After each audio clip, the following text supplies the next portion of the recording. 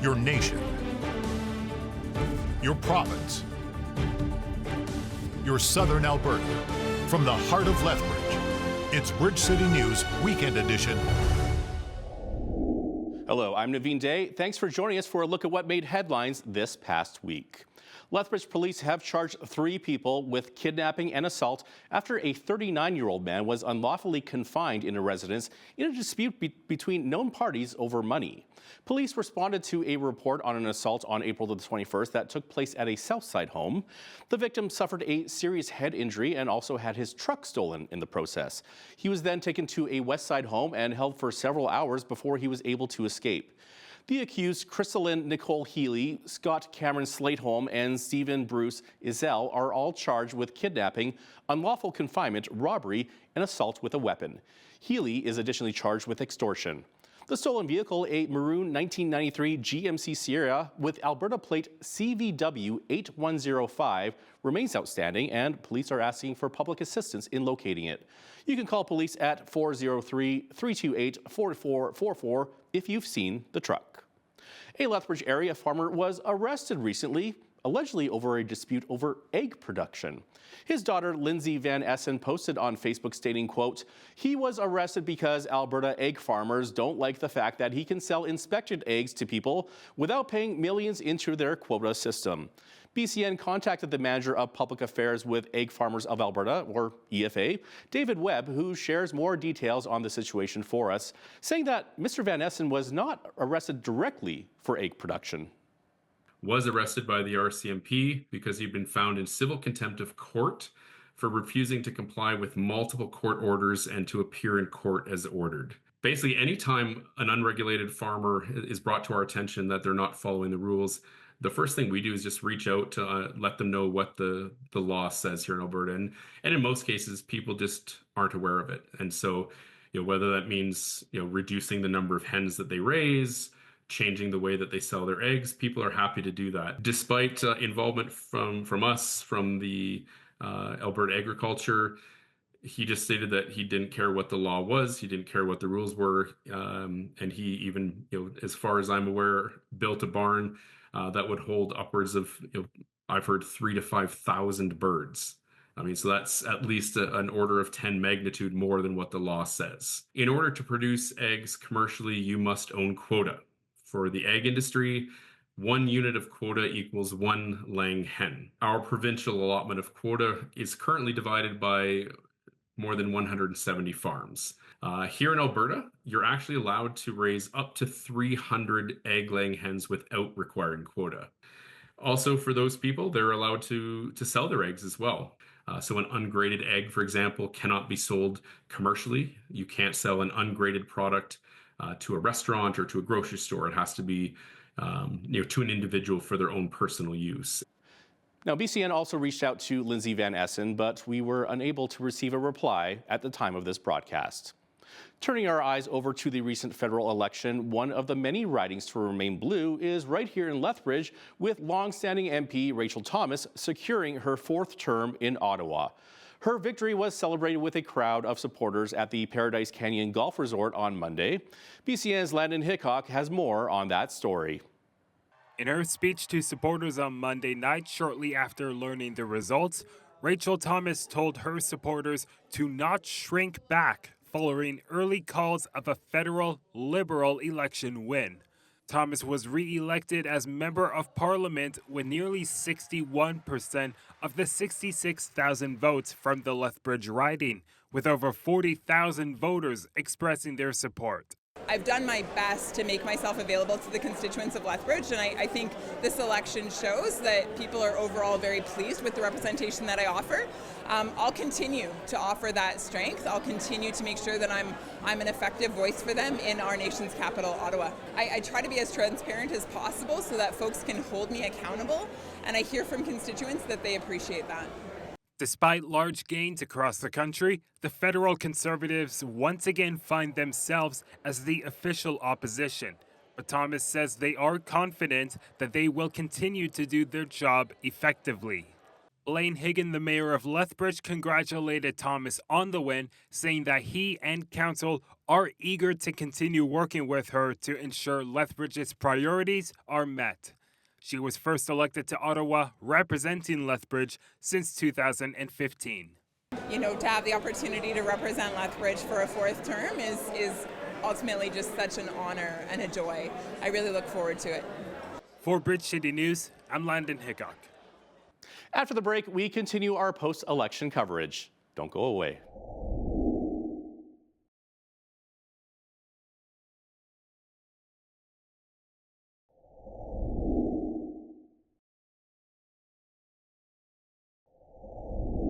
Well, the big news this week was the federal election. The Liberals claimed victory, winning 169 seats, just shy of the 172 needed to form a majority government. The Conservatives came in second place with 144 seats, the Bloc in third with 22 seats, and the NDP with only 7. Prime Minister Mark Carney pledged Monday night to unite a divided country.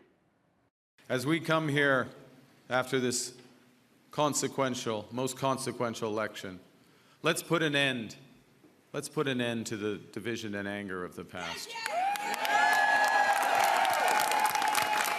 We are all Canadian, and my government will work for and with everyone.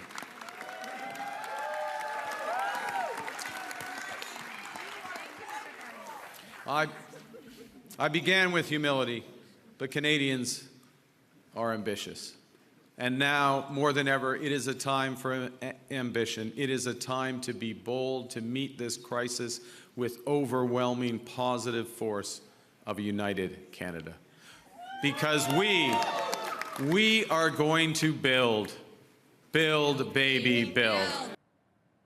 Conservative leader Pierre Poilievre not only lost the federal election, but he has also lost his Ottawa area seat, which he's held since 2004. He lost to Liberal candidate Bruce Fanjoy by a margin of almost 4,000 votes. However, Poilievre did share in his concession speech Monday night that he plans to remain as party leader. I want to thank my Conservative team, my caucus, my members of the Conservative staff and others who've helped reshape the entire political landscape in this country. Conservatives have achieved major breakthroughs tonight. We brought in record support from blue-collar and unionized workers, youth, new Canadians. We gave voices to countless people across this country who've been left out and left behind for far too long. We won the big debates of our time on the carbon tax, on inflation, on housing, on the drug crisis, on crime. Conservatives have been leading the debate, and we will continue to put forward the best arguments to improve the lives of our people right across this country. But we will not stop there. Every single day, our Conservative caucus and I will be holding the government to account on behalf of the millions of Canadians who believed in the message of change. Now, a major part of this federal election story is the collapse of the NDP, who look likely to lose official party status, finishing with less than 7% of the official overall vote and dropping off from 24 seats down to only 7. Jagmeet Singh also lost his own seat in Burnaby Central, finishing in third spot. In his speech to supporters Monday night, Singh said that he will be stepping down as party leader as soon as an interim leader is appointed. Obviously, I'm disappointed that we could not win more seats, but I'm not disappointed in our movement. I'm hopeful for our party. I know that we will always choose hope over fear and optimism over despair and unity over hate. New Democrats literally built this country.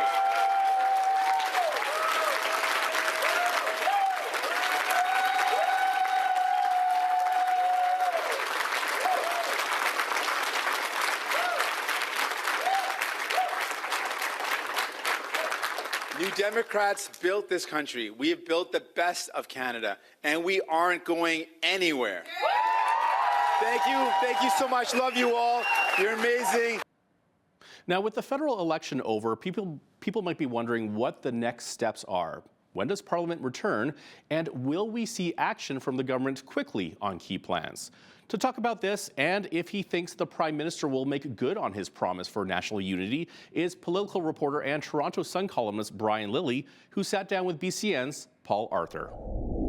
one thing we're going to have to see quick government action on is a budget. So expect the budget before the end of June. So it takes about 2 weeks at least for the writs to be returned and certified. After that, you can have a swearing in, you can have cabinet appointed, but 60 days after the writs are returned, you have to pass a budget. The government has been not passed a money bill since last December.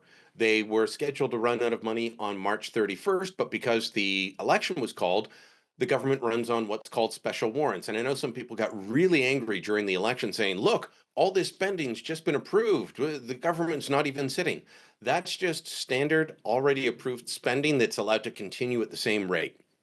And that's what that was. But that ends 60 days after the end of the election, which is in about 2 weeks' time when the results are certified. So we've got to have a budget passed by the middle of July. I expect it will be done sometime in June.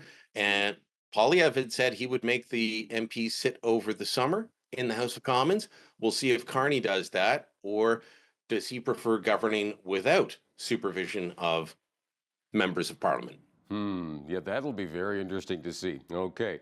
I mean, he loves big government. I mean, and that seems obvious, so we'll see what happens. Liberals thinking they might make a breakthrough in Alberta. That did not happen. So anything, Carney could do to kind of, he's saying, okay, I want to represent all voters, from across the country and so forth. Alberta, a bit of a tough job, huh? Yeah, well, with Alberta growing to 37 seats from 34, there was talk, oh, maybe some of those other ones, they're urban. Maybe they'll go to the NDP. Well, that didn't happen. Maybe they'll go to the Liberals. Liberals stuck with 2, which is what they had before, 1 in Edmonton, 1 in Calgary. Now, what could Carney do? He could say, look, these 5 demands from the energy sector, these demands from Premier Smith, yes, I'm not going to give you all of them. I'm not going to give you everything you want, but there's something here that we can find agreement on. He could get rid of the emissions cap. Unfortunately, he's defended that. He could get rid of the industrial carbon tax. The things he needs to do, I think he has to go against type. He has to go against where he has been campaigning from to show good faith. We'll see if he can do that. That would be true leadership. It would annoy people within his party, but it is the right thing to do for national unity, which is something I'm very much concerned about at the moment. Now, one face that you see on our weekend show from time to time is our foreign affairs expert, Lisa Daftari. In an interview I did with her on Tuesday, I picked her brain about what she saw unfold during Canada's election from her vantage point in the United States. Here is part of that interview. One quote from Carney, and this is what he said April the 3rd in Ottawa. He goes and says, Canada is ready to take a leadership role in building a coalition of like-minded countries who share our values. Now, this is likely because Carney is going to start by expanding Canadian trade with Europe, Australia, and Asian democracies such as Japan. But do you feel his statement has some kind of New World Order tones to it? It does. And, it's interesting to watch the aftermath of your election to be framed as a either pro-Trump candidate or an anti-Trump candidate. What about Canada? I mean, are people really, and that's my question to Canadians, did you vote based on the candidate that was going to stand up to Trump or parallel Trump, or did you vote on the person who was going to take Canada in the better direction for the future? I do wish that we could do, kind of like a placebo effect and kind of hold this election in a vacuum. Had Donald Trump not expressed, 51st state sentiments and tariffs, etc. Which candidate would have won from the Canadian perspective of, changing directions in Canada? Is it that Canada just can't vote? This is the 4th, term for a liberal, administration that you're going to have. Is that all Donald Trump's fault? Would this have gone in a different direction had Donald Trump not expressed those things? Much of the election was focused on how to stand up to the U.S. and tariffs. Trevor Tombe is a professor at the University of Calgary's Department of Economics. He is also the Director of Fiscal and Economic Policy at the School of Public Policy. He sheds light on this key election issue. Tombe adds that other important issues and projects, like those associated with infrastructure, might be politically challenging to address under a minority government. Well, the trade war with the United States doesn't just feature US tariffs on Canadian exports, and certainly that's a big challenge for many sectors in Canada, but it also included our retaliation. This provided for what the Parliamentary Budget Office and what both the Liberal and the Conservative parties were budgeting for of about $20 billion in revenue this year. Now, tariffs are taxes, and these are taxes that Canadians pay, but it does provide the federal government with the ability to provide some income support to maybe displaced workers, maybe providing some assistance to different companies to get through the trade war with the United States. And so those short-term challenges, I'd say fiscally for the federal government, quite manageable just because of the additional revenues from tariffs. Where I think the election raised a number of bigger questions economically was that both parties correctly identified, a really massive challenge that we've been neglecting for many years. That's slow productivity growth, slow economic growth, weak investment levels. And both parties pointed to that as a problem. Even the Liberal platform saying that a change of course is desperately needed. And the two parties differed in terms of how they wanted to approach that, with the Conservatives favoring more of a market-oriented approach to boost growth, and Liberals really wanting to expand the size and scope of the federal government to move the needle on growth. And so I think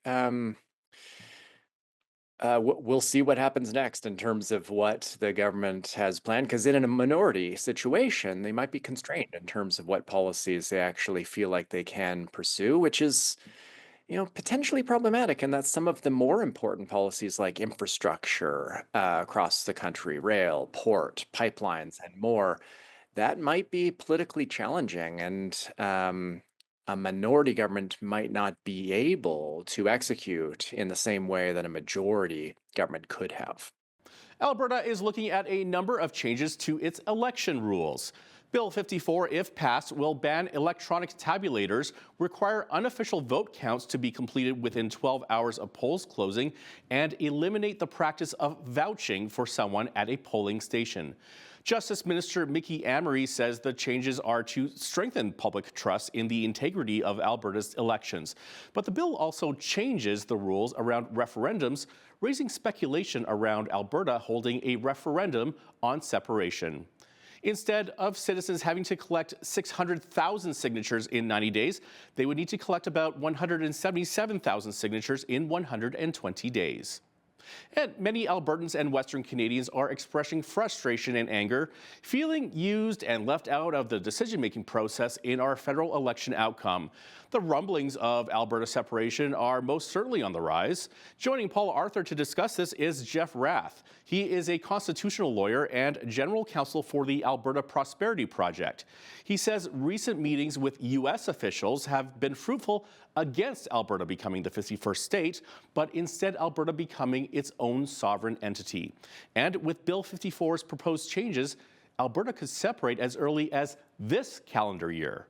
Take a look. We have had meetings in the United States with at a very senior level within the present U.S. administration. We've been very clear in our meetings with the United States that we're not seeking status as a 51st state. Oh, okay. We're seeking status, as an independent, as the independent Commonwealth of Alberta, as an independent country. They're fully in support of that goal. Because keep in mind, from a U.S. perspective, they don't need a bunch of communist, Chinese adjacent globalists in Ottawa continually screwing with the American energy supply. The day Alberta declares independent, I would imagine that plans for at least 5 pipelines south through Montana are going to hit the table, including a pipeline to Tidewater through Washington State. Right. Getting Alberta out of the Paris Climate Accord, getting rid of all the emission caps, all the ridiculous and needless federal regulation that's put on Alberta industry and the Alberta oil patch by Ottawa is going to increase the profitability of Alberta oil and will allow Alberta oil and gas production easily within the next 5 years to double. So, Alberta is going to become literally the most prosperous jurisdiction in North America. We'll have the lowest tax rates. We'll have the most thriving economy. The day we declare independence, we're going to have the highest GDP per capita of any country in the world.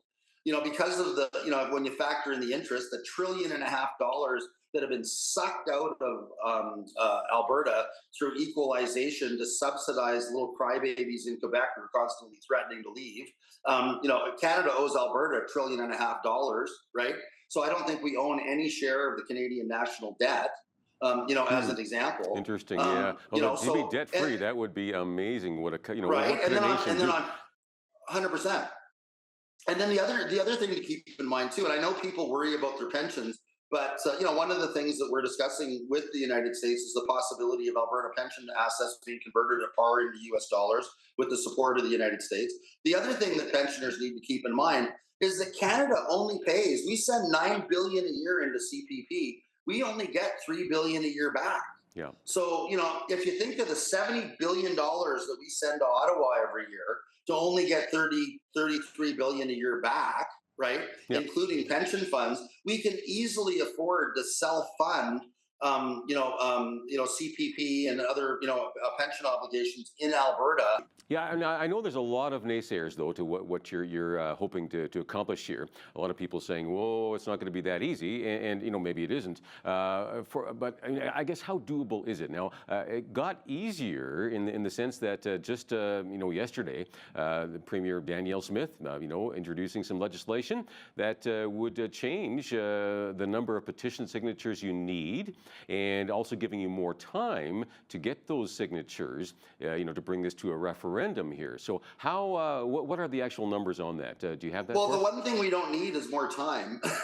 Okay. Because as of yesterday, on the new numbers from in the proposed legislation, it's now 10% of the voter turnout in the last election, right? Yeah. Right? So 1.77 million people voted. So that's roughly 177,000 people are required for a pension. Okay. As of this morning, APP has just been flooded with people providing their names and addresses, and they're not signatures on the petition, but these are people pre-registering and pledging to sign the petitions once they're circulated. Yeah. We're now over 250,000 signatures. We need 177,000. What? You've got you've got 250,000 people saying they have pledged to sign, because they'll have to do it in person, right? Okay. Right. And so you've got more than you need already. It's just a matter of I guess having enough troops on the ground to actually go and collect those signatures and present it to the Premier.